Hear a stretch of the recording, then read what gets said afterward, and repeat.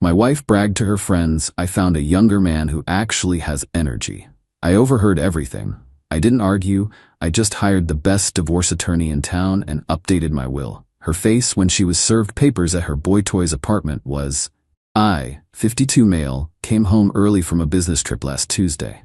Flight got canceled, rebooked on an earlier one. Got home around 3 p.m. instead of 8 p.m. like I'd told my wife, 48. House was quiet. Her car was in the driveway. Figured she was upstairs. Started heading up to surprise her when I heard her voice coming from our bedroom. On the phone, laughing, loud. Something made me stop on the landing. Maybe the tone. Maybe the laugh I hadn't heard in months. I just stopped. "Girl, I'm telling you, 32 has been the best decision I've made in years." My wife's voice, clear as day. "He's got stamina for days. Not like some people who need a nap after 10 minutes. Ice water in my veins." Her friend must have said something because she laughed again. "Oh please, he doesn't suspect a thing. Too busy with his precious investments and golf trips. Honestly, I've been happier these past 4 months than I've been in a decade." You should see his apartment though. Typical bachelor pad, but who cares when he looks like that shirtless? And the things he does with his...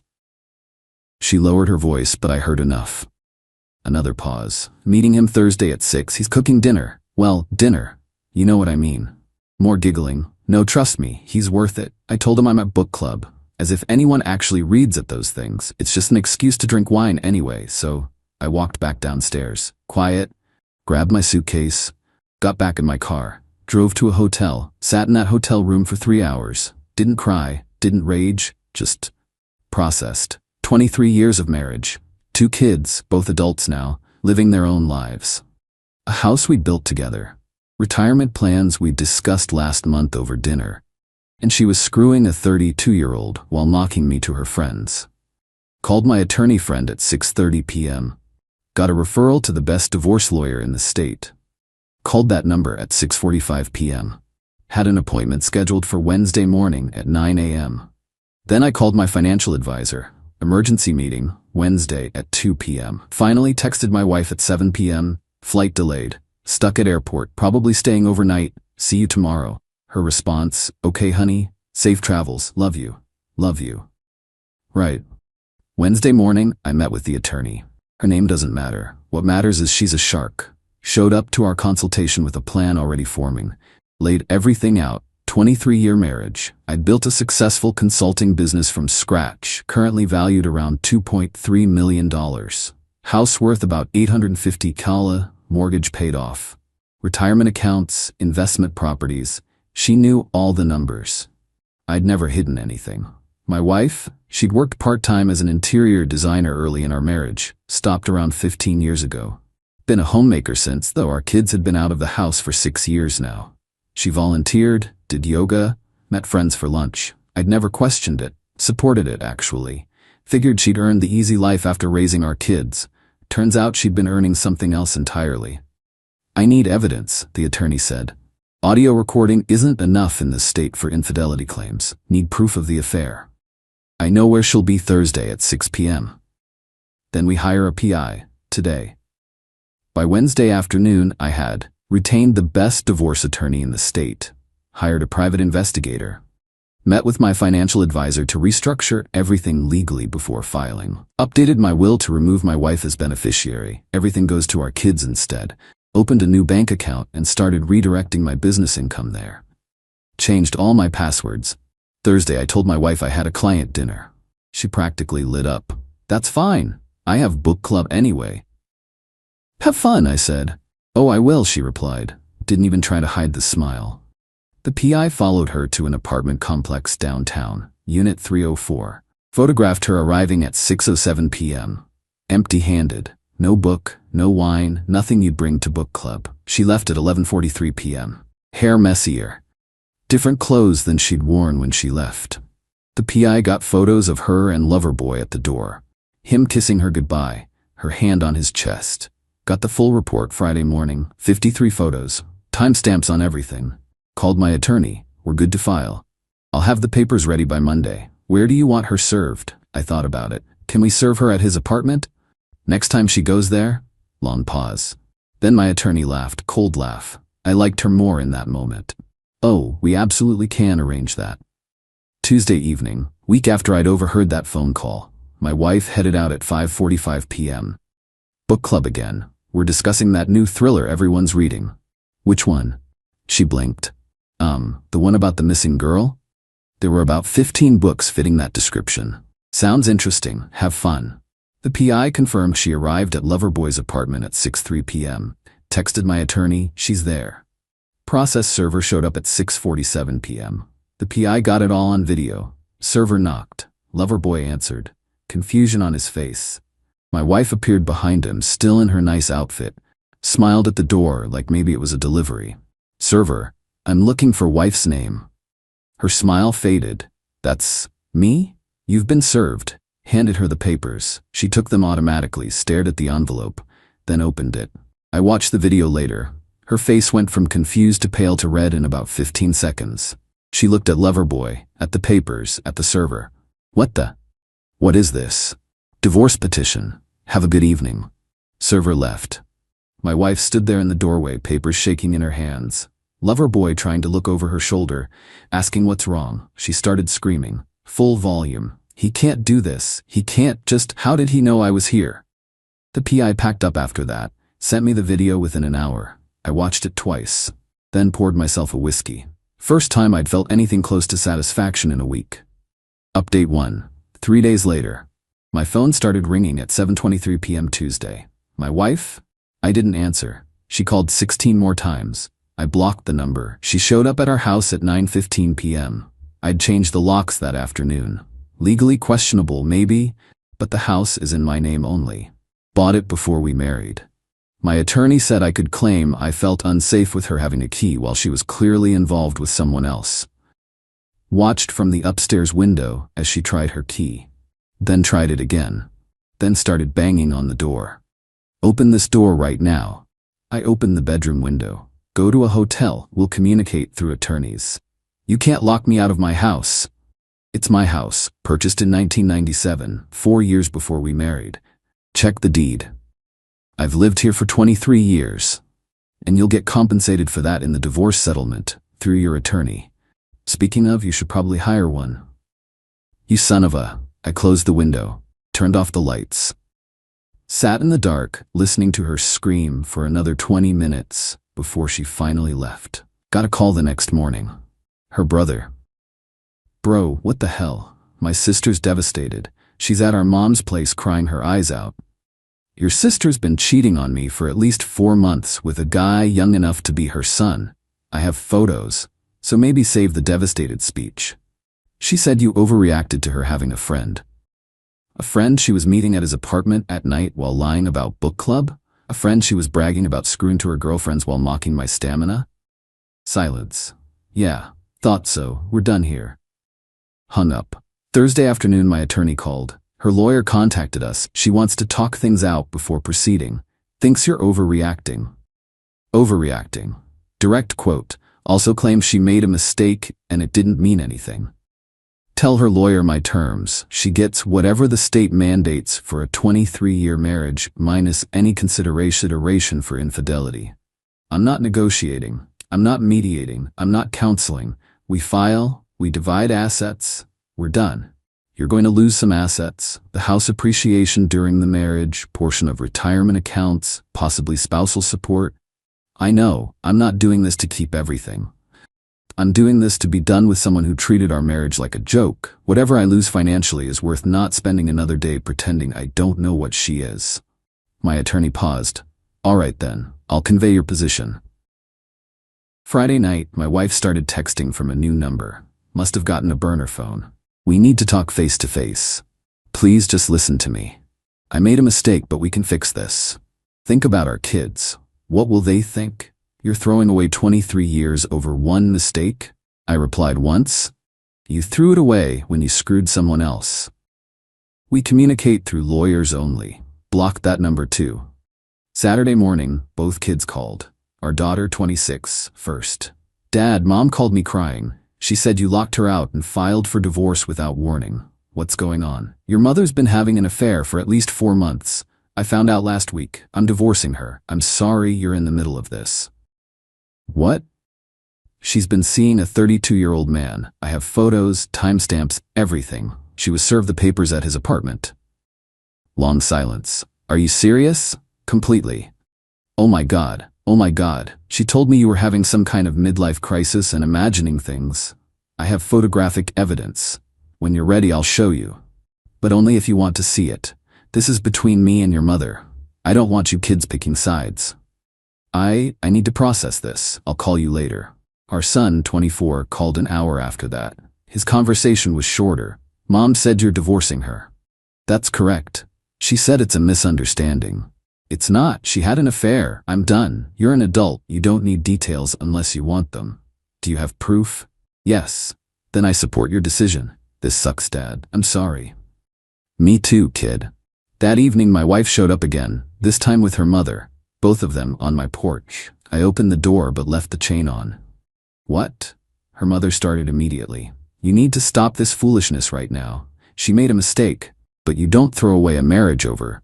Your daughter cheated on me for months, mocked me to her friends, lied repeatedly. I'm divorcing her. That's final. My wife pushed forward. Baby, please, just let me explain. I was confused. I was having a crisis. I wasn't thinking. You were thinking clearly enough to lie about book club, to plan your meetings, to brag about it to your friends. You knew exactly what you were doing. It meant nothing. He meant nothing. Then you traded our marriage for nothing. Congratulations. Her mother tried again. Think about your children, the shame this will bring on the family. I'm thinking about myself for the first time in years. You should leave now. We're not leaving until you agree to counseling. My mother-in-law pushed against the door. I pulled out my phone. I'm calling the police. You're trespassing. 3 seconds. They left. Sunday morning, I woke up to discover my wife had made a Facebook post. After 23 years of marriage, sometimes people grow apart. I'm heartbroken to announce my husband and I are separating. Please respect our privacy during this difficult time. The comments were full of her friends offering support. You deserve better. His loss. You'll get through this. I didn't respond. Didn't post anything. Let people think whatever they wanted. My attorney called Monday. Her lawyer's playing hardball now, demanding half of everything, including your business value, claiming she supported you building it by managing the home. She stopped working 15 years ago when our youngest was in middle school. Doesn't matter to them. They're arguing she facilitated your success. Counter with the infidelity evidence. Already did. They're claiming no fault state. Doesn't matter. It matters to me. File everything we have. Make it public record. That's gonna get messy. I don't care. Update 2. 2 weeks later. The entitlement reached new levels. My wife hired a lawyer who apparently specializes in high-asset divorces, where wives deserve their fair share. Direct quote from his website. Guy's a shark too, just for the other side. They filed a motion for temporary spousal support, claimed she had no income and no access to money because I'd cut her off. Asked for $8,000 a month while the divorce was pending. My attorney countered with our evidence of the affair and pointed out she'd been using our joint credit card. Yes, we had one for household expenses. She had access to $15,000 limit, right up until I filed. She wasn't destitute. She was staying with her mother. Judge granted her $3,500 a month temporary support. Less than she wanted, more than I wanted to give, but at least it wasn't $8,000. Then the dirty trick started. Week 1 after filing, my business partner got an anonymous email claiming I was embezzling from our company. Completely false. We had to hire a forensic accountant to prove it. Cost us $12,000 and 2 weeks of stress. Never found who sent it, but timing seemed convenient. Week 2. Someone contacted 3 of our biggest clients claiming I was unstable and going through personal issues that might affect my work. 2 clients called me directly to ask what was going on. Had to explain I was divorcing and someone was trying to sabotage me. They understood, but still, the damage to my reputation was real. Week 3. My wife filed a restraining order request. Claimed I'd threatened her and she feared for her safety. The hearing was a joke. Her evidence? Me telling her to leave my property. Me changing the locks. Me refusing to communicate except through lawyers. Judge looked at her, looked at her lawyer, looked at me. Ma'am, Your husband filing for divorce and securing his property isn't threatening behavior. He's allowed to end communication during a contentious divorce. Denied. But she'd still gotten her headlines, her Facebook post, having to take legal action to protect myself. Pray for me. All her friends, stay strong. He's showing his true colors. Get everything in the divorce. My daughter called me upset. Dad, people are messaging me asking if you hurt Mom. What is she doing? She's trying to control the narrative. Ignore it. Truth will come out. This is insane. Yeah, it was. Week 4. My attorney requested my wife sit for a deposition. Her attorney fought it but eventually had to agree. The deposition was something. Her lawyer prepped her well. She cried. She apologized. She claimed she'd been emotionally abandoned in our marriage and sought comfort elsewhere. Then my attorney started asking specific questions. How many times did you meet with lover's name at his apartment? I don't remember exactly. More than 10 times? Maybe. More than 20? I don't know. Did you tell your husband you were attending book club when you were actually meeting lover's name? Yes, but did you tell your friends, and I quote, he doesn't suspect a thing, too busy with his precious investments and golf trips? Her lawyer objected. My attorney pulled out a transcript. We have a witness willing to testify they heard you make this statement. My wife's face went white. One of her friends had apparently flipped on her. Did you mock your husband's sexual performance to your friends while discussing your affair?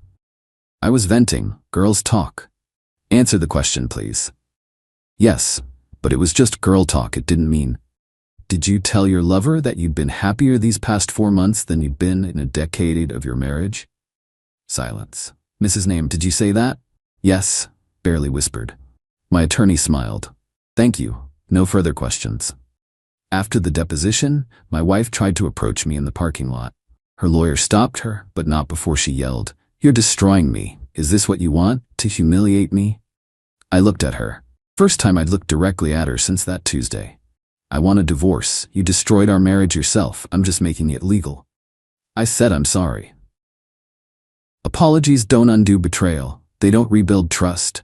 They don't change what you did or who you are. I'm done.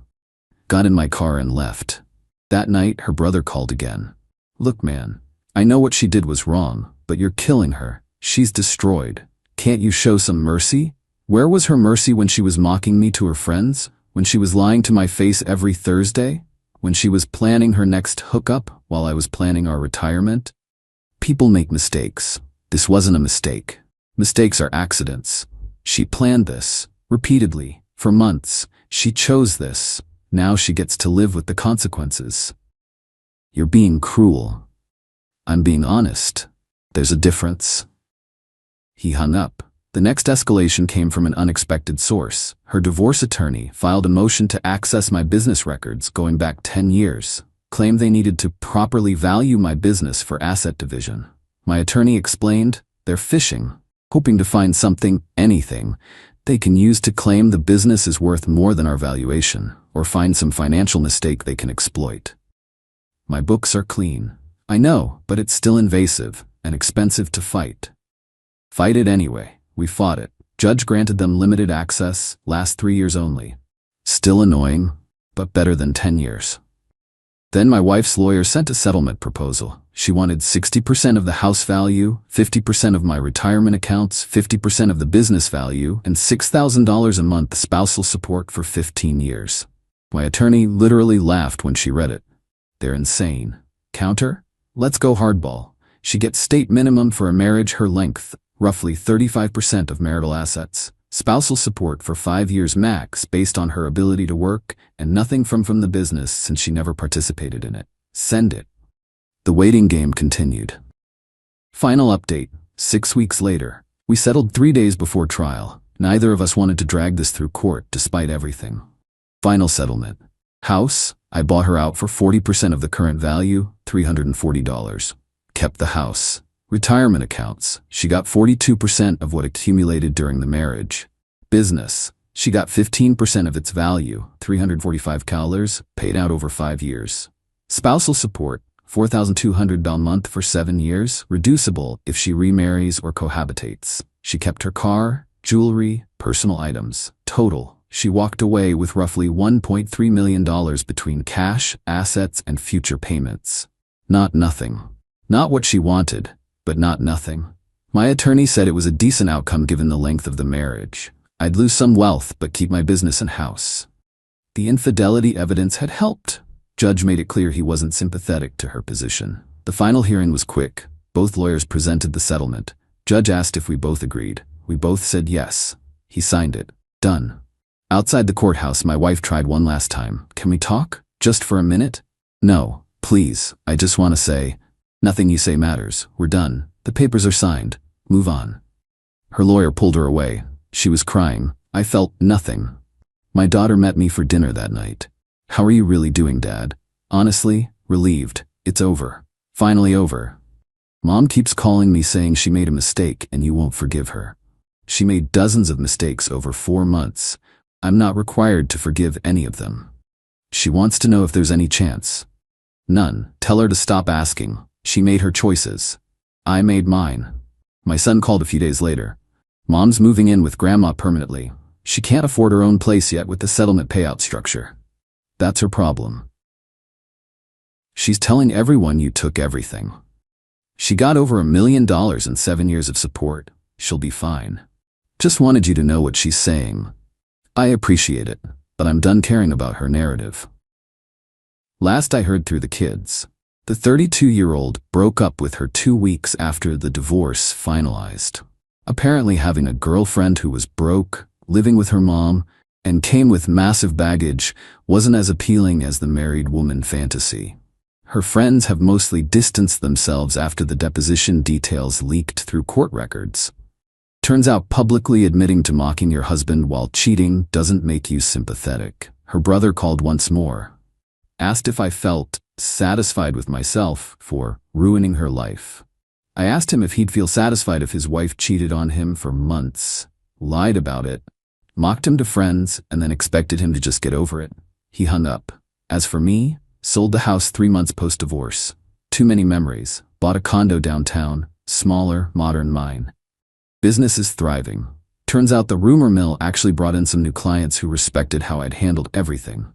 Dating? Not yet. Not ready. Maybe not for a while, but I'm sleeping fine, eating fine, working fine.